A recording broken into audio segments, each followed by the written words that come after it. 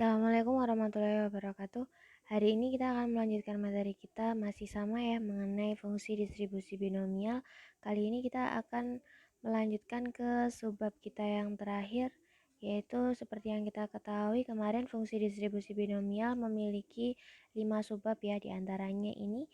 Nah, karena di 2 pertemuan sebelumnya kita sudah membahas subbab yang pertama hingga ketiga, maka pada pertemuan ini kita akan membahas subbab yang keempat dan kelima, yaitu mengenai distribusi binomial dan fungsi distribusi binomial kumulatif. Langsung saja, yang keempat, distribusi binomial. Jadi suatu percobaan itu dikatakan akan berdistribusi binomial jika dia memenuhi beberapa syarat berikut. Yang pertama, percobaan tersebut hanya memberikan dua hasil yang mungkin, yaitu sukses dan gagal. Contohnya seperti apa di sini? Contohnya pelemparan koin.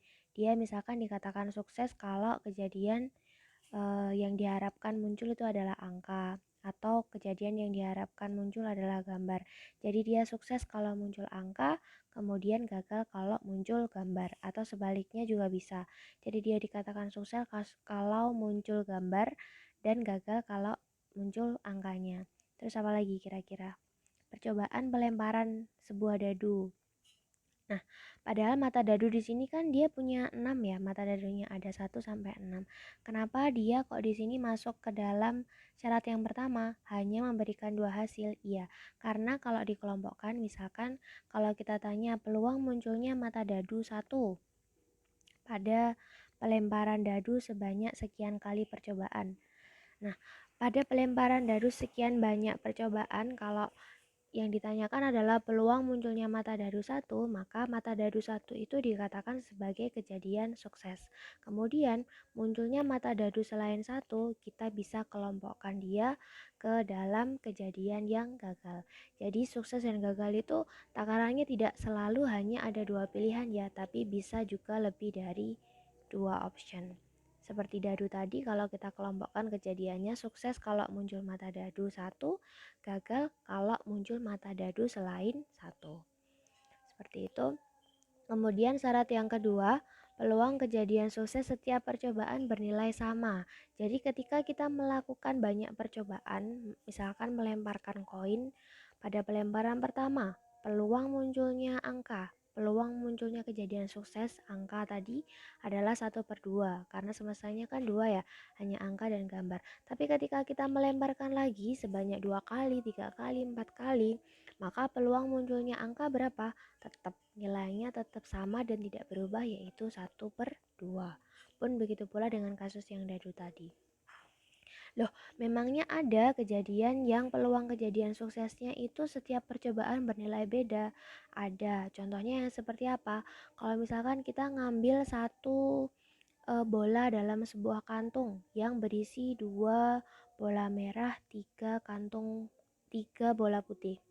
Nah, peluang kita ngambil dapat satu bola berwarna merah pada pengambilan pertama, peluangnya kan berarti 2/5 ya, karena tadi di dalam kantung ada 5 bola, yaitu 2 merah dan 3 putih. Maka peluang pada pengambilan pertama kita dapat bola berwarna merah adalah 2/5.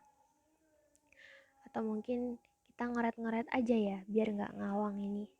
Jadi misalkan dalam sebuah kantung itu ada 2 bola merah dan 3 bola putih. Nah, kita ngambil bola satu persatu sebanyak 3 kali misalkan. Nah, ternyata pada pengambilan itu bolanya setelah kita ambil tidak dikembalikan. Ingat, di garis bawahi tidak dikembalikan. Jadi kalau saya tanya, peluang kita bisa mendapatkan bola merah pada pengambilan pertama berapa? Bola merahnya ada 2, kemudian semestanya totalnya ada 5. Tapi ketika kita sudah dapat bola merah pada pengambilan pertama, katakan kita dapat bola merah, maka pada pengambilan kedua peluangnya akan berubah. Jadi bola merahnya tadi yang awalnya 2 sudah diambil pada pengambilan pertama, bolanya tinggal 1. Kemudian total bolanya pun juga akan berkurang. Karena awalnya 5 sudah diambil 1, jadi bola yang tersisa di kantong sekarang hanya tinggal 4. Sehingga peluang kita bisa dapat bola merah lagi pada pengambilan kedua, peluangnya jadi 1/5. 4. Nah, ini peluang kejadian suksesnya berbeda. Ini tidak bisa kita kategorikan sebagai percobaan yang berdistribusi binomial. Itu ya. Kemudian yang ketiga, setiap percobaan bebas satu sama lain, yaitu tadi, jadi tidak dipengaruhi oleh kejadian sebelumnya. Nah, untuk perumusannya sendiri seperti apa? Ini bentuk penulisannya PXN sama dengan BXNP. B untuk binomial, X. Nah, siapa X, N, dan P? Ini dirumuskan dengan itu ya. Kombinasi X dari N, P pangkat X, Q pangkat N min X. Pertanyaannya, siapakah X, N, dan P-nya? Kita identifikasi satu persatu. P di sini adalah peluang kejadian sukses. P di sini tuh yang mana sih? Yang ini ya. Yang ini. Ini adalah peluang kejadian sukses. Ingat, peluang kejadian sukses di sini, sukses di sini tidak selalu dikonotasikan dengan hal-hal yang baik ya. Jadi misalkan kalau yang sukses di sini adalah yang ditanyakan, lebih tepatnya. Jadi nanti kalau kalian menemui soal, misalkan yang tanyakan peluang diperoleh buah mangga yang busuk seperti itu. Nah, karena yang ditanyakan adalah peluang diperoleh bola mangga yang busuk, maka bola mangga yang busuk ini ketika kita bisa berhasil mendapatkannya, ini masuk ke dalam kategori kejadian sukses. Jadi dia sukses kalau kita bisa dapat dapat mangga yang busuk, bukan mangga yang baik. Gitu ya. Jadi kejadian sukses adalah kejadian yang ditanyakan, bukan selalu kejadian yang konotasinya positif. Kemudian selanjutnya Hi adalah peluang kejadian gagal. Jadi selain kejadian sukses itu tadi disebut sebagai kejadian gagal. Hi diperoleh dari 1 min P nilainya. Kemudian selanjutnya X adalah banyaknya kejadian yang diharapkan muncul. Misalkan kita melakukan percobaan sebanyak N kali. N kali adalah banyaknya percobaan. Kita diharapkan nanti akan muncul 2 kejadian dari 5 percobaan yang kita lakukan. Maka X ini disebut sebagai banyaknya kejadian yang diharapkan muncul. Semoga bisa dimengerti sampai sini. Nah, langsung saja biar kita nggak bingung ya, kita masuk ke soalnya. Jadi misalkan ini contoh kasus yang pertama, terdapat 5 soal pilihan ganda. Ada 5 soal pilihan ganda, masing-masing soal punya 4 option jawaban. Kita diminta untuk menentukan bisa menjawab 3 soal dengan benar.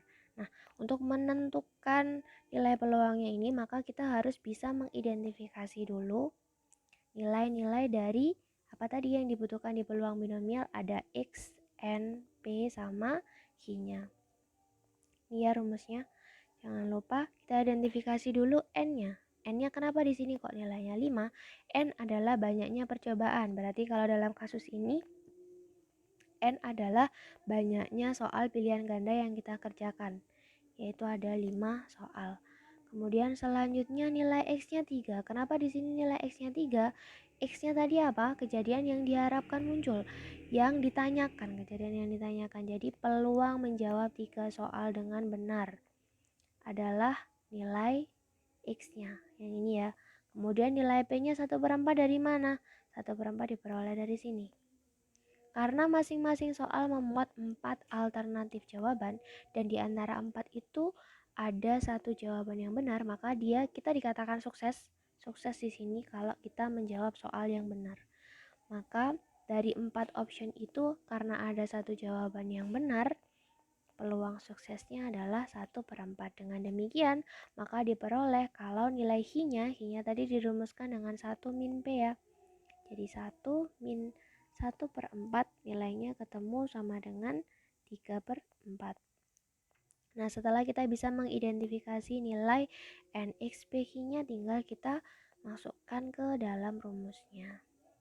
Kombinasi 3 dari 5, 1/4 pangkat 3. 1/4 pangkat 3 dari mana? X-nya ya. 1/4 pangkat X, kemudian Hi pangkat N min X. N min X 2 ini dapat dari mana? 5 dikurangi 3. Kemudian tinggal kita hitung saja. Saya tidak perlu menjelaskan lagi ya bagaimana caranya menghitung kombinasi. Akhirnya ketemu hasilnya seperti itu. Lagi-lagi biar nggak bingung, kita ambil contoh yang kedua. Kasusnya seperti ini. Kita melantunkan koin sebanyak 7 kali. Jadi ada koin satu, ada satu koin. Kita lantunkan dia sebanyak 7 kali.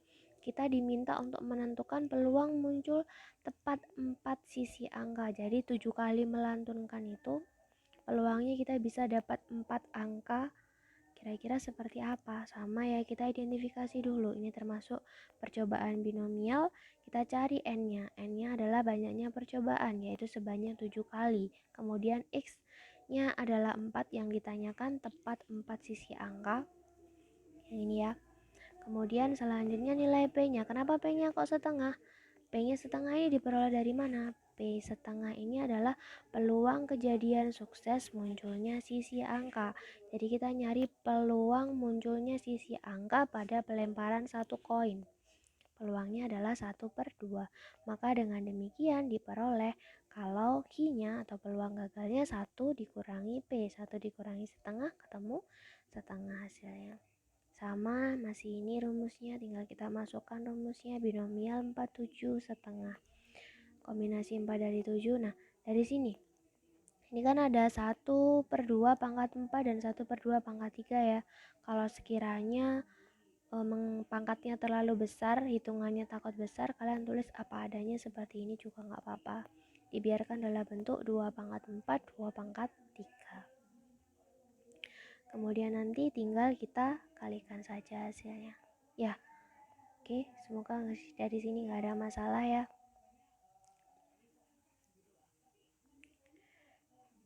Selanjutnya mengenai fungsi distribusi binomial kumulatif.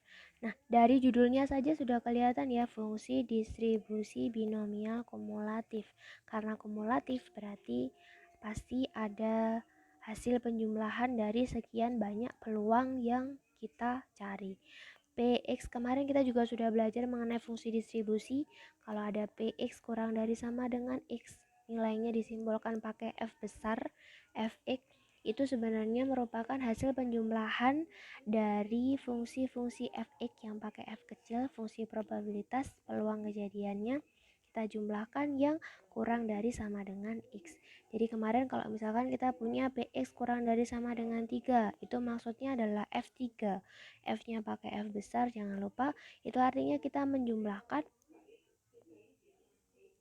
ini X kurang dari sama dengan 3. X yang kurang dari sama dengan 3 siapa aja? Ada 0, 1, 2, sama 3. Kita hitung masing-masing total peluangnya atau gini. Atau bisa ditulis seperti ini juga, F0, kemudian F1, F2, sampai F3. Kita hitung masing-masing peluangnya, kemudian tinggal kita jumlahkan. Gitu ya. Nah, ini kalau kurang dari sama dengan. Bagaimana kalau yang lebih dari sama dengan? Sama, karena kita masih membicarakan variabel diskrit. Diskrit itu artinya variabelnya masih bisa kita cacah ya. Jadi banyaknya variabelnya berhingga, bisa kita count, bisa kita cacah. Kalau yang lebih dari sama dengan, maka bagaimana ngitungnya? Berarti kita tinggal menjumlahkan total seluruh peluang kejadiannya. Px lebih dari sama dengan 3, contohnya berarti Px sama dengan 3 dijumlahkan sampai Px sama dengan N. Siapakah N di sini? N di sini adalah nilai X yang paling akhir sendiri, yang paling banyak sendiri, yang paling besar sendiri. Oke, biar nggak bingung kita langsung masuk ke contoh soalnya saja. Jadi di sini kasusnya masih sama kayak tadi, masih berhubungan dengan kasus yang tadi. Ada 5 soal pilihan ganda, masing-masing soal punya 4 alternatif pilihan jawaban, tapi pertanyaannya berubah. Kalau yang tadi kita disuruh menentukan peluang menjawab 3 soal dengan benar. Kalau yang ini kita diminta untuk menentukan peluang menjawab paling sedikit 4 soal dengan benar. Kalau paling sedikit 4 yang benar berarti kalau 5 benar, 6 benar, 5 benar bisa kan ya? Kalau 6 benar bisa nggak? Nggak mungkin. Kenapa kok nggak mungkin? Karena soalnya hanya ada 5 gitu ya. Langsung kita masuk penyelesaiannya, sama kita identifikasi dulu. N-nya 5, sudah jelas banyaknya soal ada 5. X yang ditanyakan, X lebih besar sama dengan 4. Kemudian peluang suksesnya 1/4 tadi dapat dari mana? Karena kita punya 4 alternatif pilihan jawaban. Jadi kalau misalkan alternatif pilihan jawabannya di situ ada 5, berarti P-nya berapa? Peluang kejadian suksesnya 1/5. Oke. Hi-nya 1 dikurangi 1/4. Temu 3/4 sama kayak tadi, tinggal kita masukkan. Nah, bedanya kita jabarkan dulu. Kalau PX lebih dari sama dengan 4 berarti ada X sama dengan 4 sama X sama dengan 5. Karena soalnya totalnya ada 5. Lalu masing-masing peluang kita hitung pakai cara binomial sama kayak tadi, kita jumlahkan kemudian. Nah, bentuknya seperti ini. Kalau ada bilangan yang berpangkat besar, sekiranya itu susah untuk dihitung dan terlalu lama, biarkan saja dia dalam bentuk pangkat jawaban akhirnya. Lalu tinggal kita jumlahkan saja. Nah, dari sini ya, ini kan terakhir ketemu ini 16/4 × 5. 16-nya kita ubah bentuknya jadi 4/2/4/5. Kemudian kita sederhanakan, akhirnya ketemu 1/4 × 3. Itu ya, semoga bisa dimengerti sampai sini. Lanjut ke contoh soal yang kedua. Sama, kasusnya masih pelantunan koin. Jadi kita melantunkan koin sebanyak 7 kali. Kita disuruh untuk menentukan peluang muncul paling banyak.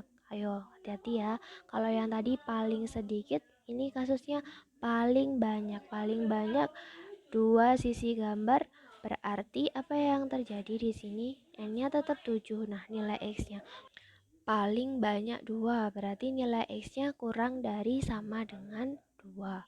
Yang kurang dari sama dengan 2 itu kasusnya bisa muncul apa aja, nanti tinggal kita list ya. Jadi yang kurang dari sama dengan 2 itu bisa muncul sisi gambar sebanyak 0 kali, 1 kali, 2 kali. Jadi kita nyari PX0, PX1 sama PX2. Lalu masing-masing kita data, kita list pakai kombinasi, dihitung seperti biasa.